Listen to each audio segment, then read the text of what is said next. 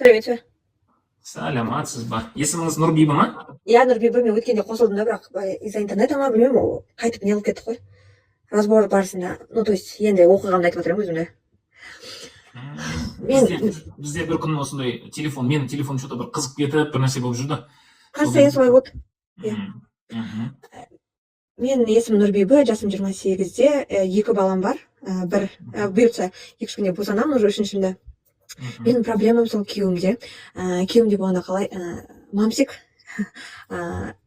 жұмыс жасайды, бірақ жұмыс мысалы бір күн суткада жұмыс жасап, 3 күн демалады, сол 3 күнде ол жаңағыдай артық ақша жетпейді да, сол кезде ол жауапкершілікті алмайды, и жұмысқа шық дегенде шықпайды да уже. Ән шам деп жүре береді. И мен претензия дегенде қойға болмайды әрине, бірақ менің нем проблемам то, что оның ата-анасы әрдайым соны қорғай береді. Оның несі бар, бір ауру геморрой. Оған артық жаңағыдай несін, жаңағы ауыр көтеруге болмайды, жаңағы машинаны көп айдауға болмайды деген сияқты солай айтады да. И когда, например, үйде ақшалай жетіспеушілік болады, сол кезде претензиямен мамасы қашанға үйтіп жүре бересің енді деп айтады да. И ол нәрсені почему-то мен өзіме қабылдап аламын. Күйеуімнің көзінше айтады ғой, соны енді күйеуім айтады, үйтіп жүре бересің ба деп. Сол қайнатамның сөзі былай, сендер біз бар кезде жақсы өмір сүріңдер дейді. Мен құдайға шүкір, иә, жақсы өмір сүремін, бірақ жаңағыдай әркім өзінің қалтасында ақшасы болғаны жақсы. Мен қарным тоқ шығар, бірақ өзімнің хотелкаларымды ала алмаймын. Мысалы, ата-енемен тұрғандықтан үйге өзімнің қонағымды шақыра алмаймын. И содан кейін мен раздраженный болып, напряженный болып жүрмін үйде. Сіздің идеальный өміріңіз жайында айтып беріңізші. Мен өзім негізі әкесіз өмір сүргенмін, бірақ өмір сүрген дегенде әкем 6 жасымда кетіп қалған, жалпы семьяда ажырасып кетті. Енді мен өзім идеальный өмірім, мен дәл қазіргі сәтте идеальный өмірім ата-енеден бөлек тұру и өзімнің жұмысым болу, стабильный. Жалпы, өзім неге жұмыс жасаған кезінде саудамен айналысқанбыз, продукт сатқанбыз да. И менің бар ойым сол, қазір үйде болсам да, хотя бы стримге шығып, сауда сатсам деген. Бірақ өзімде почему-то жаңағыдай 5 жыл болды, декретте отырғаныма, из-за этого немножко басылып қалғандаймын, қорқып қалған сияқтымын. Сол жаңағыдай, күйеуім жұмыс жасаса, нормально миллион теңге тауып тұрса, как минимум, одан соң жаңағыдай бөлек тұрсақ, өзімнің жаңағы, не обязательно машина, главное, чтобы өзіме жететіндей ақшам болса, өзім құрт алатындай. Сол бала шағаның нелерін көтерсе, жалпы барлық жаңағыдай нет, қаржылық нелердің барлығын мойнына алса деймін да күйеуім. Сол кезде сенде не болады? Я буду... Мен тынышталам. Сен тынышталған кезде не болып жатыр өміріңде? Ал егер сол кезде тынышталған кезімде бақыттымын. Бақыт деген не бұл? Бақыт деген әркімде әртүрлі, бірақ менде дәл осы өзімнің ішіп жерге тамағың болса, жаңағы туған туыстардың арасына барған кезде қуаныштарына ақшалай бере алсаң, бала шағаңның керегін алып бере алсаң, көшеде жаңағыдай қайыр тілеп, жылаған кезде керек затын алып бере алсаң, сол деп ойлаймын. Менің ойымша. Құтты болсын, Нұрбибі, сен жоқсың ғой бұл өмірде, білесің ба? Да, сондай ма? Сен жоқсың ғой. Жұртқа ақша апарып берсем, тамақ жесем, бала шағам жыласа сол беретін әперсем, сен ақтасың. Бақыт деген сол ма? Өтірім соқпашы ғой, бақыт емес. Бақыт деген не вообще? Бақыт дегеннің табиғаты не, білесің ба? Енді бақыт деген мен ойламаймын, әркімде әртүрлі деп ойлаймын мысалы. Жоқ, табиғатын айтшы. Бақыт деген мынандай. Ручка деген жазатын құрал. Айтшы, бақыт деген не ол? Мен түсінігімде бақыт деген семьяң толыққанды болса, күйеуіңе отношенияң, балаларыңмен отношенияң дұрыс болса, и өзінің қалаған жұмысың бар болса, сол. Құттықтаймын. Әлі жоқсың ғой сен, Сен бақыт туралы армандайсың да, бірақ бақыттың не екенін білмейсің ғой, қалай сен бақытты боласың? Шынымен солай ма? Мысалы, сіз қазірге дейін сіздің эфирлеріңізді көріп жүрген, как сказать, мүлдем ондай қанша разборларды тыңдап жүрмін да, содан кейін бірақ өзімді соншалықты соңында жоқ вообще өмірінде сіз басқа әйелдерді айтқан кезде сіз соңында тұрсың ғой деп айтатын едіңіз, бірақ менде жоқсың деген вариантты мен ешқашан естімеппін, только маған келгенде сөйтіп айтасыз да. мен оны дұрыс емес деп айтпаймын. Маған сол ауыр тиді дәл қазір. Күшті ғой. Күшті болсын, Нұрбибі, сенің өмірің 180 градусқа өзгеріп жатыр, білесің ба? Осыны мен айтпасам сен ойланбайсың ғой, білесің ба? Қазір ол саған жетті, ол сен мощный инсайт болды, сенің көзіңнен жас шықты да. Поздравляю, сен өмірің 180 градусқа дәл осы сәттен болса өзгерді. Егер енді сенде сұрақ болады, а мен кіммін деген. Иә. Осы уақытқа дейін болмаған сұрақ, бала шағам жыласа берсем, байым ақша істесе, мен біреуге ақша берсем, апа енемнен бөліп тұрсам, Нұрбибі жоқ еді, қазір енді Нұрбибіде күшті бір нәрсе пайда болды миында. Мен кіммін дегенше, мен кіммін? Білген өмірдің мәні осы ғой негізі. Өмірдегі ең маңызды сұрақ осы ғой. Нұрбибі, егер де сен өмір деген не білесің ба? Жоқ. Не істеп жүрсің? Өмір деген шын айтсам Өмірдің не екенін білмейсің. иә 28-ге келді. Нұрбибі, қарашы. Қырбым өзінің не істеу керек екенін біледі да.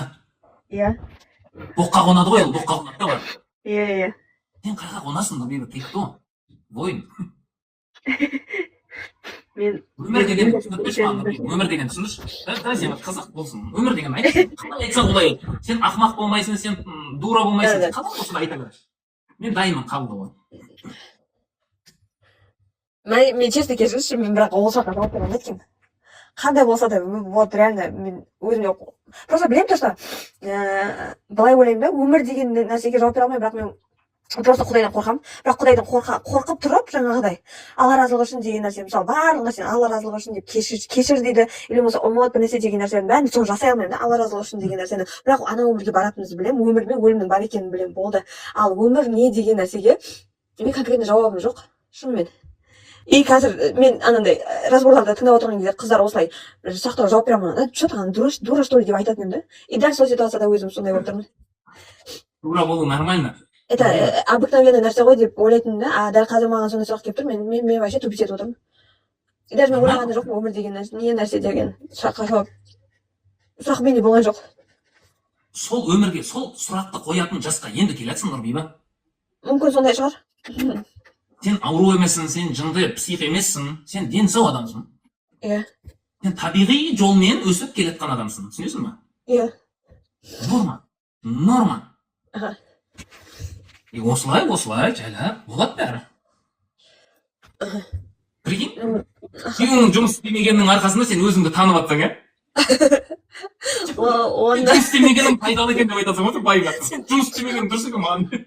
Біз, например, сол нәрсені мен қалай айтсам, мен істеп қабылдаймыз ғой әрине. Өткенде сол, кстати, бір разборыңызды тыңдаған кезде тоже сол бір әйелдің айттыңыз да, сол күйеуіңнің сондай әрекетінен сен осындай сабақ алып жатсың, сен өз-өзіңді танып жатсың деген кезде, мен сол кезде де маған жетпеген еді.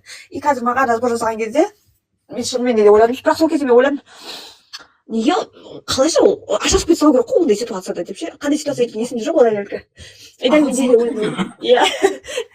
Сол ойлайтынмын, мен күйеуіме мынандай өзім ішімде мынандай болды да, ата енемен тұрған кезде ана жаңағыдай бәрі балам үшін деп жүреді ғой олар да. Сөйтсе мен айтамын да, сіздер сәл сенсеңіздерші айдынға, сәл возможность беріңіздер, сәл қиналып көрсін, зона комфортасынан шығып көрсінші, істеп көрсін деген кезде жаңағыдай біз тұрған кезде бәрі жақсы болсын дейді. Мен ойым бөлініп кетті қазір. Иә, жаңағыдай бір ақыл айтып қоясың арасында. Иә, сол ақыл айтамын да, сол мен бүйтіп айтқанмын ғой, ары болады, бері болады. Мен либо ажырасамын, либо біз бөлек тұрып, оны самостоятельностьқа мен үйретемін дегенде қалай, екеуміз бөлек шықсақ, он будет самостоятельным деп ойлағым ғой, типа ради детей, хотя бы деп ше. Молодец. Сөйтіп, қазір болса енді мен шынымен де сіз айтқаннан кейін барып, сіз сұрақ қойғаннан кейін мен өзім білмеймін, қай этапта, қай жақта өзім жүргенімді. Мен только в голове солармен анандай как его арпалысып жүремін, постоянно арпалысып жүремін. Почему-то қайнап келген сөздері, қайнап келген маған особо не алмайды, тиіспейді, бірақ жалпы солардың сөздерін жаңағыдай бір какой-то бір сен не тосың демейді, тамағыңа бір нәрсе айтуы мүмкін ше. Солардың бәрін көңіліме алды, соны неғып осы кезде өйстіп жауап бермедім, неғып бүйтіп жауап бермедім деген сияқты нәрсені. Енемнің сөздеріне ана даже мамам өткенде ата енеңді құрметте дейді да, больницада жатырмын ғой, сөйтсем ата енеңді құрметте анау деп мамамен баға қолынан бар келгенше істеп жатырмын деймін да. Сөйтіп мамамен ұрысып қалдым именно сол ата енем тақырыбына келген кезде. Молодец. Ақылдысың ғой сен. Ақылдысың ғой. Мен енді білмеймін дәл қазір қалай дальше болатынын білмеймін. Нұрбиба, қарай. Сенде информация көп. Сен өзің күшті ақыл айтасың. Иә. Бірақ қазір өмірдегі біздің заманда дәл қазіргі сәтте біздегі проблема информация көп та, бірақ амал әрекет жоқ бізде. Иә, дәл солай. Информация мен білімді ажырата алмай қалдық біз. Иә.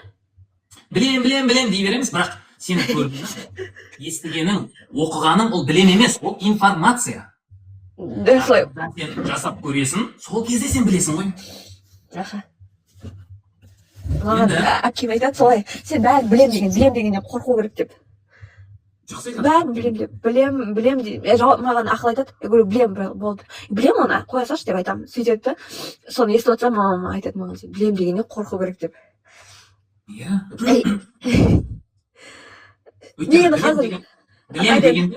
Білем дегенде сен ол не айтқысы келіп отқанын білмейсің ғой негізі. Иә. Ол сөйлеп бастағаннан біз өзіміз догонить етіп аламыз да. Білем. Тура солай. Тура солай. Қалай? Чувство қалай болады, Нұрбиба? Шынымен күшті отырмын менде. Сен күліп бастадың. Сен күліп бастадың. Сен энергияң позитивке қарай өзгергенін байқадың ба, Нұрбиба? Иә. Кетінің секундтың ішінде. Иә, бірақ мен дальше не жасарымды білмеймін. Нормально. Вот, қай жерден бастадым. Асан Нұрбиба ғомнау ше. Білмеймін деді ғой, короче ше. Кетші бар, білмеймін деді, короче. Рахаттан мына сөз ше. Иә. Өйткені білмеймін десең сен шәкірт позициясына түсесің да. Иә. Сен білем десең шайтанның позициясына түсіп кетесің ғой. Аха. Өйткені шайтан айтты ғой, мен білем деді да. Құдайға қарсы шықты да, мен білем, мен мықтымын. Сен мына жасаған адамың бишара деді. Сорлы мен әшейін құлағына сыбдырмаймын, бишара болып қалады ол деді. Иә. Білем деді. Құдайға қарсы шықты да. Білем дей берсең, ол шайтанский позиция. Білмеймін деу керек. Мен де мысалы стримде отырамын ғой, біраз адамдарға. Білмеймін мен деп жауап беремін. Білмеймін. Мен де баяғыда білетін адам сияқты болатынмын да. Білем деп ше. Иә. Оказывается, біз ешнәрсе білмейміз. Мен де жаңағы бір әңгіменің басын біреу бір сұрақ қойса, бітті соны алып кетіп, талқылап, бытыстын шығарып, ақыр соңында сіз дұрыс түсінбедіңіз дейді ғой маған ше. Ол мен де жасаймын ол қателікті. Мен де жасадым, әлде де кейбір кезде жасаймын. Нормально да. Нұрбиба, қателесің нормально. Иә. Білмеу вообще нормально. Вообще күшті білмеу. Сен білмесең ғана ізденесің да. Білсең іздемейсің. Иә, дұрыс. Шынымен де. Неге сен біреудің сөздеріне қатты мән бересің? Мысалы, енеңнің, жаңа қайынекеңнің. Өйткені сен өзің, сен жоқ болсаң, сен саған бағаны сырттағы адамдар береді да. Білесің ба? Бағаны сырттағы адамдар береді. Сол үшін сен сыртқа көңіл бөлесің. Сондай.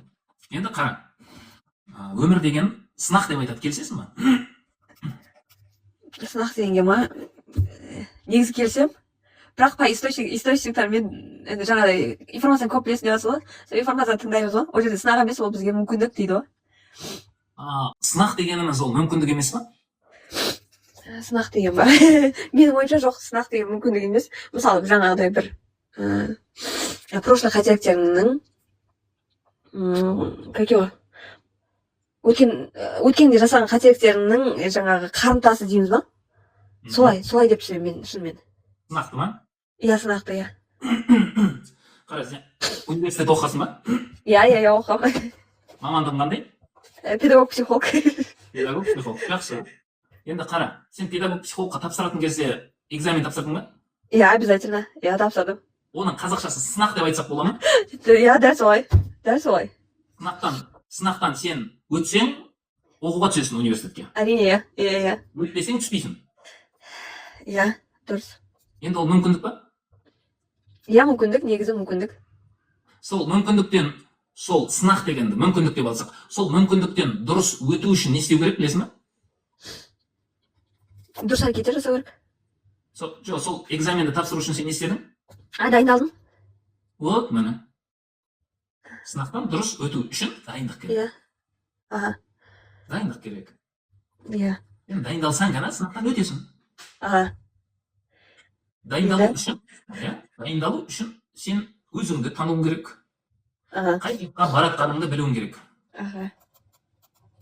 Сол кезде ғана жаңағы мынау алла разылығы үшін істей алмаймын мен деп жатсың. Сен егер өзіңді танымасаң, Құдайды танымайсың. Иә, ондай бар. Ол хадис. Ондай емес, ол хадис. Пайғамбарымыз саллаллаху алейхи вассалам айтқан ол. Жалпы есеп. Достоверный хадис ол. Сенсең де сенесің, сенбесең де сенесің, короче.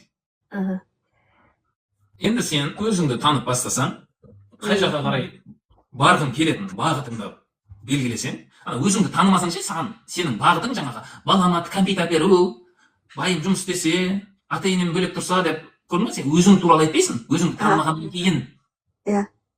Сен біреулер туралы айтып кетесің. Қазір мына жерде 160 адам отыр ғой, осы 97% дәл солай өзін танымағаннан жұртқа ілініп жүретін адамдар. Мысалы, қазір мен аузыма келген айтып, Нұрбиба дура, анау, өйткені сенің шашың жасыл десем, сен ренжуің мүмкін да уже бұған ше.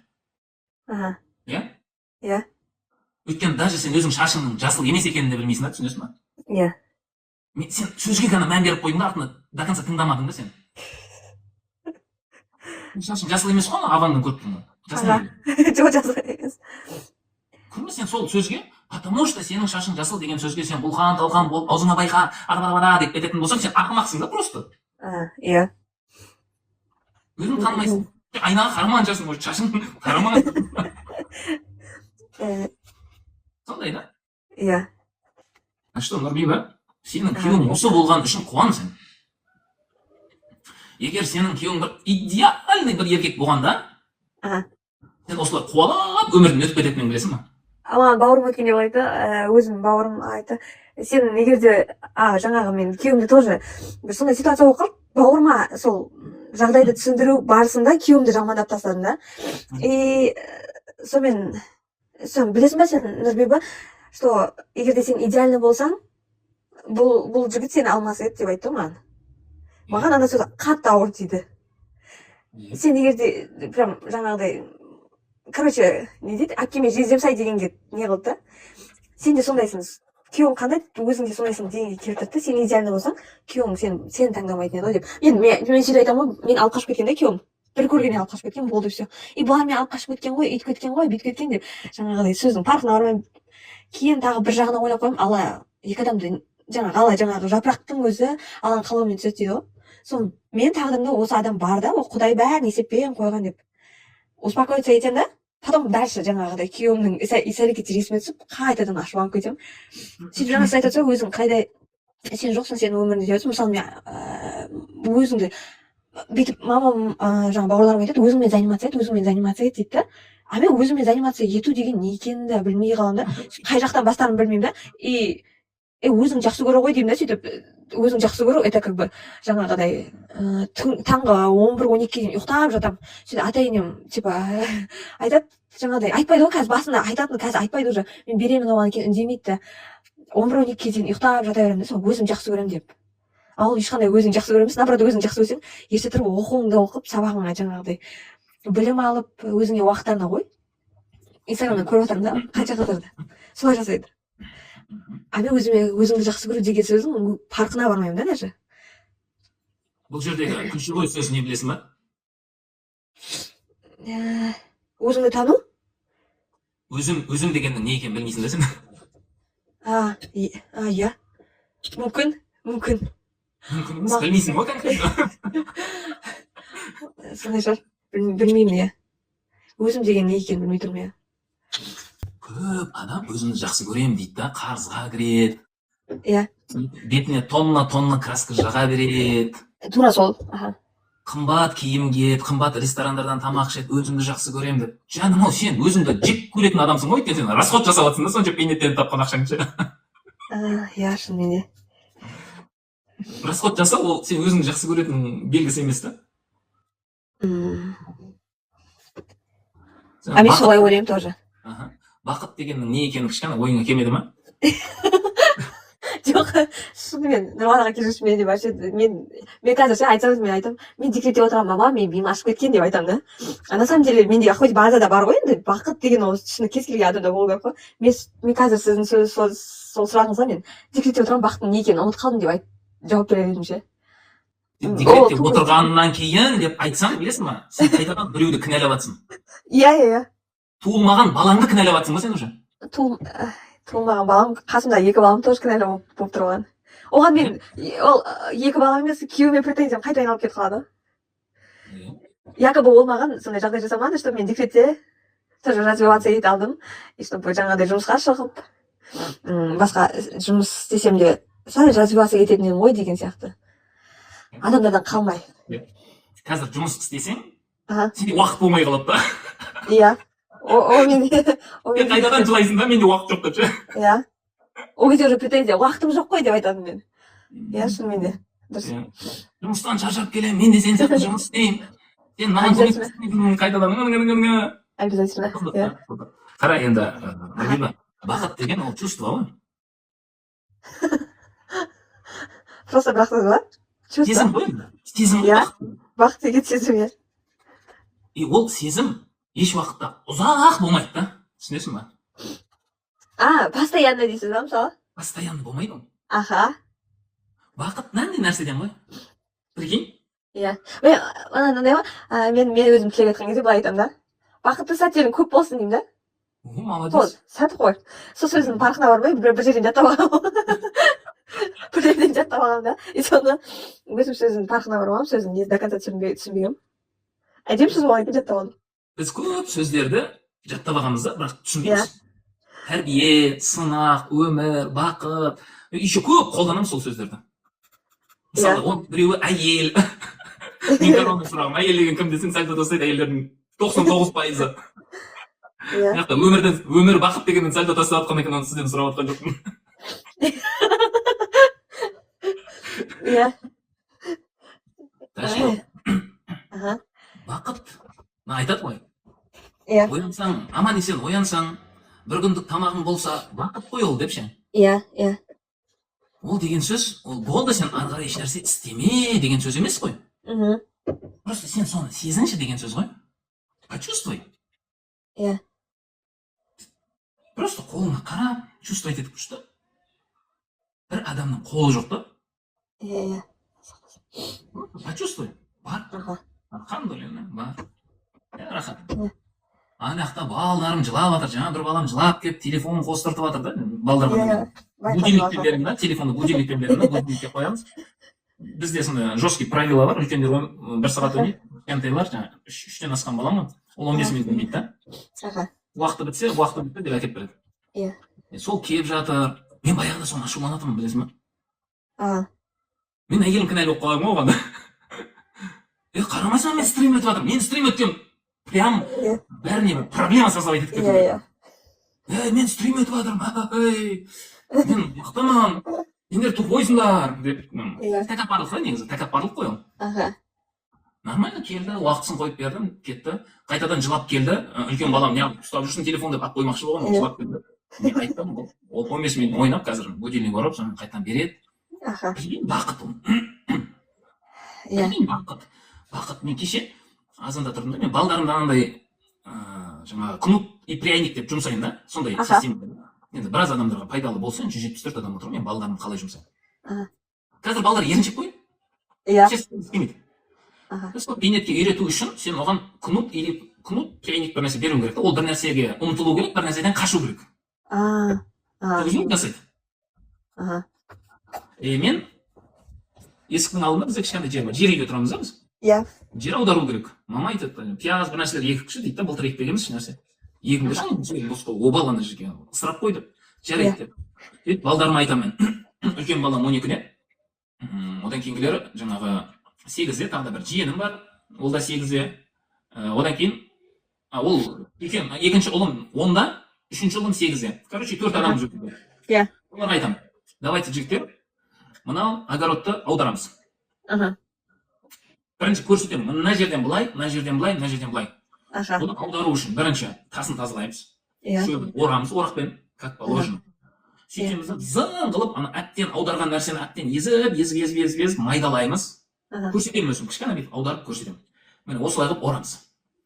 Енді егер де 7 күнде осы жерді аударып бітсеңдер,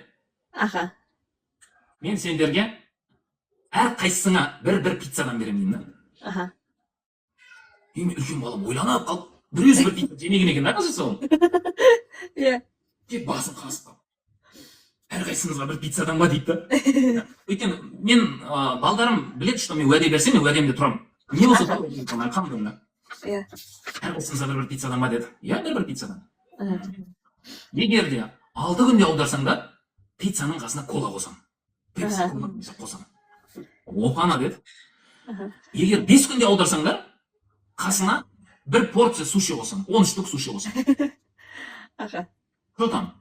Егер бізде қамшы бар еді, қамшымен олар жазалайын да. Шарт арқылы.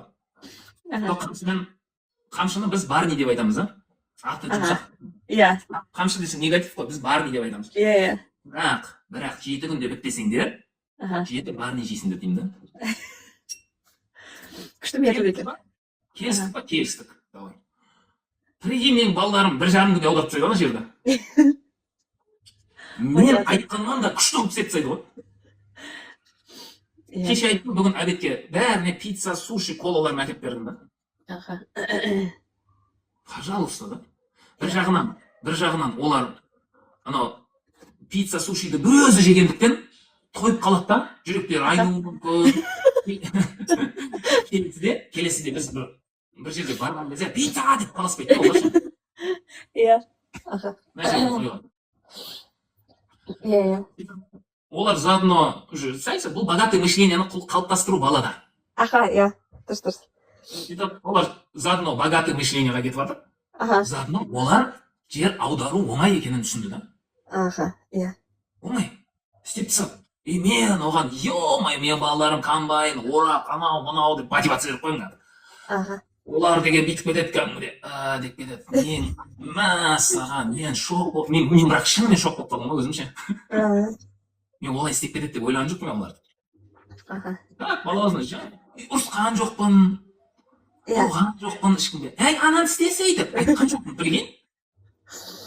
Просто келістім, қол алыстым. Олар да риза.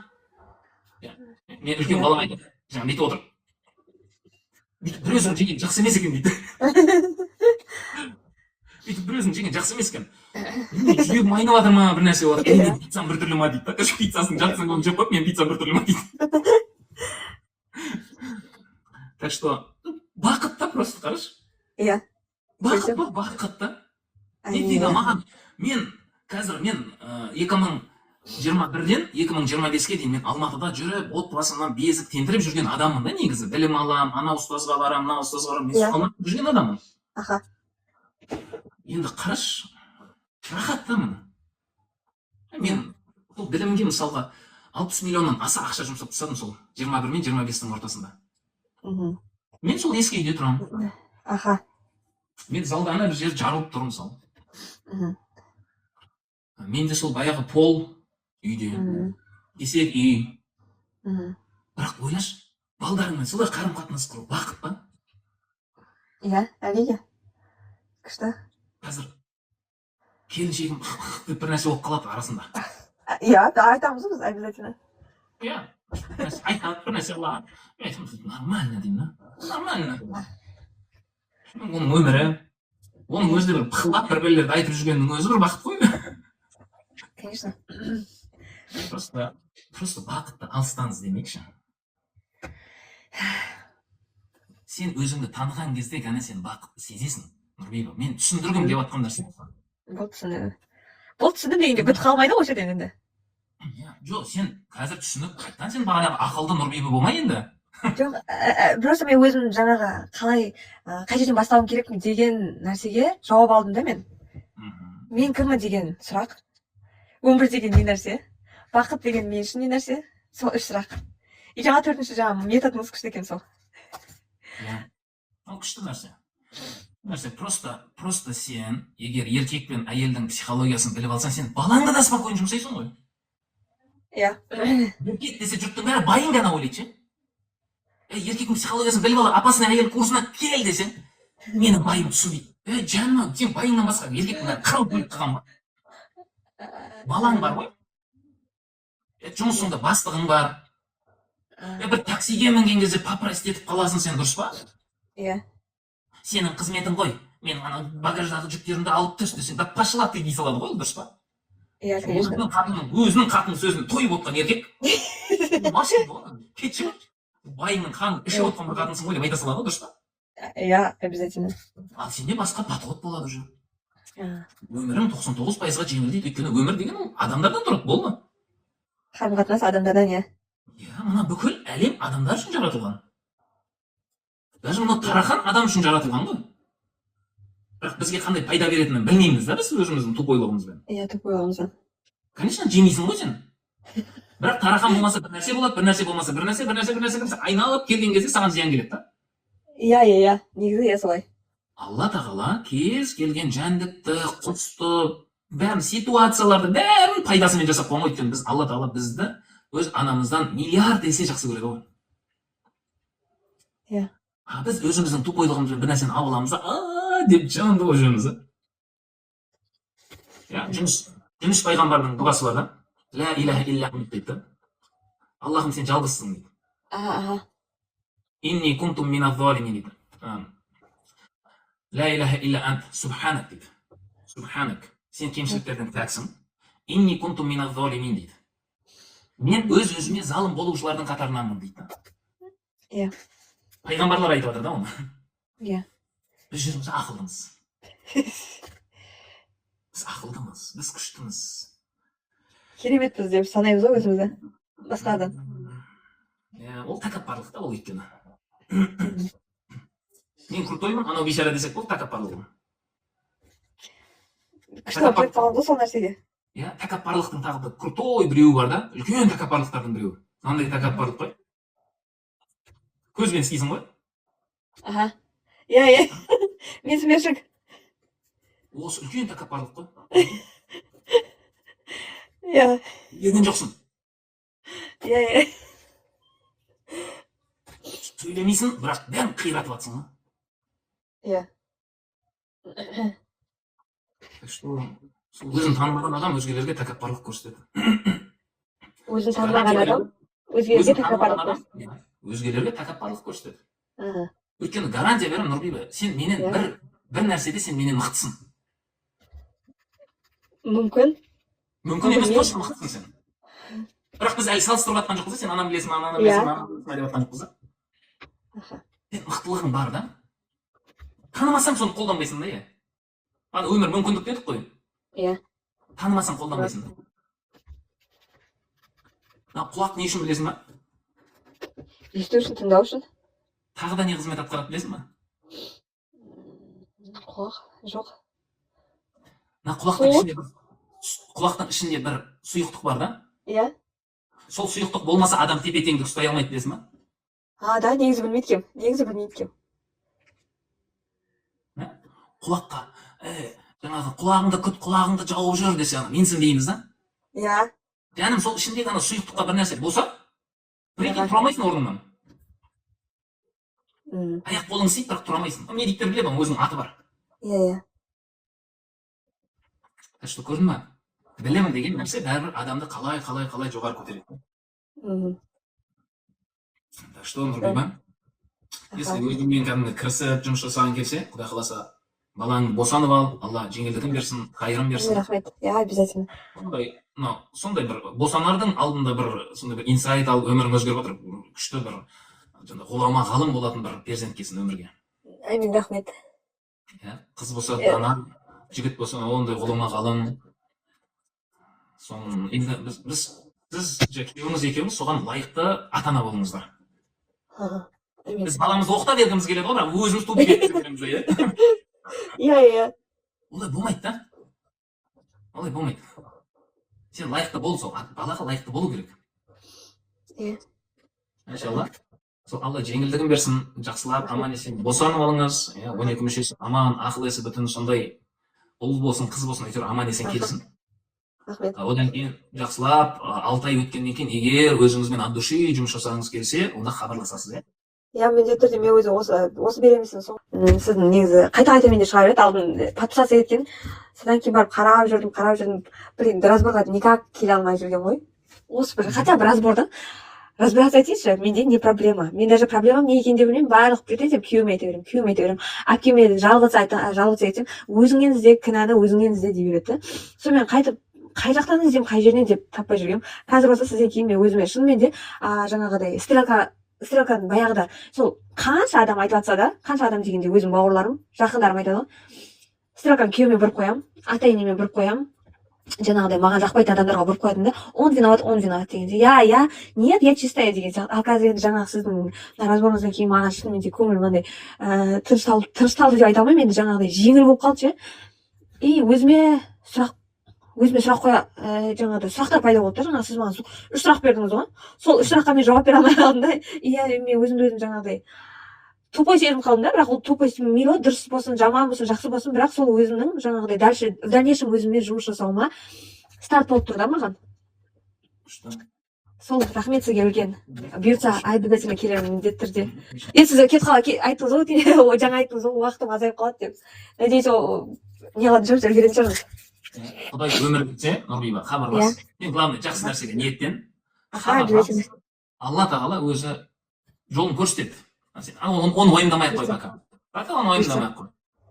Рахмет үлкен. Енді Нұрбиба, мынандай нәрсе. Біздің осы разборды өте керемет разбор болды. Біз қиып ютубқа салсақ. Әрине болады. Болады ғой, иә? Иә, болады. Иншалла. Сол рұқсат сұрап бастадық та, өйткені алдындағы кісілердің рұқсат сұрамадық, оны саламай отырмын қазір ютубқа. Әртүрлі кісілер бар. Иә, Құдай қаласа, өйткені сіздің ситуацияңыз қазір көп адамдарға бір не береді. Өйткені мына жерде біраз кісілер баяғы Нұрбиба сияқты, ой деп сізге де қуып отыр бір нәрсе деп. Мүмкін айтып жатқан жоқ, мен өзім подругам жаңа жазып отыр, сіздің эфиріңізді көріп отыр екен да. Нұрбина не істеп жүрсің эфирде дейді да. Мен жауап берген жоқпын подругама. Болмаса сол подругама өзім ақыл айтып жүргенмін, оның да жаңағыдай семьясында проблема болып, сол кезде ажырасам ойбай деп, ажырас деп жүрген ғой, құрсын өйтіп, сені дноға тартып жатыр ол деп ше. Қайта 5 жылдан бері жағдайың жақсармаған, не істейсің оған деп. Соған ақыл беріп отырсам, маған жаңа жазып жіберіпті да, Нұрбина эфирде неғып отырсың деп. Онша ол қызбен бөлісем ғой енді, бірақ оныкі менікінен хуже болып тұрғаннан кейін мен жаңағыдай айта беремін да, барлығын. Мен әпкеме айтамын больше. Сонымен онша білмеймін да ішімдегіні. Сондай болып отыр ғой. Так что, көрдіңіз ба, Нұрбиба, сіз прям мен біраз нелерімді, стримдарымды көрген екен, сізді что-то бір тартты бір нәрсе, иә, осы жаққа қарай? Иә, әрине, иә. Сондай, мына жерде көп адамдарды консультацияға, разборға, курсқа тартады, бірақ адамдар ше өзіне рұқсат бермейді. Мүмкін? Иә.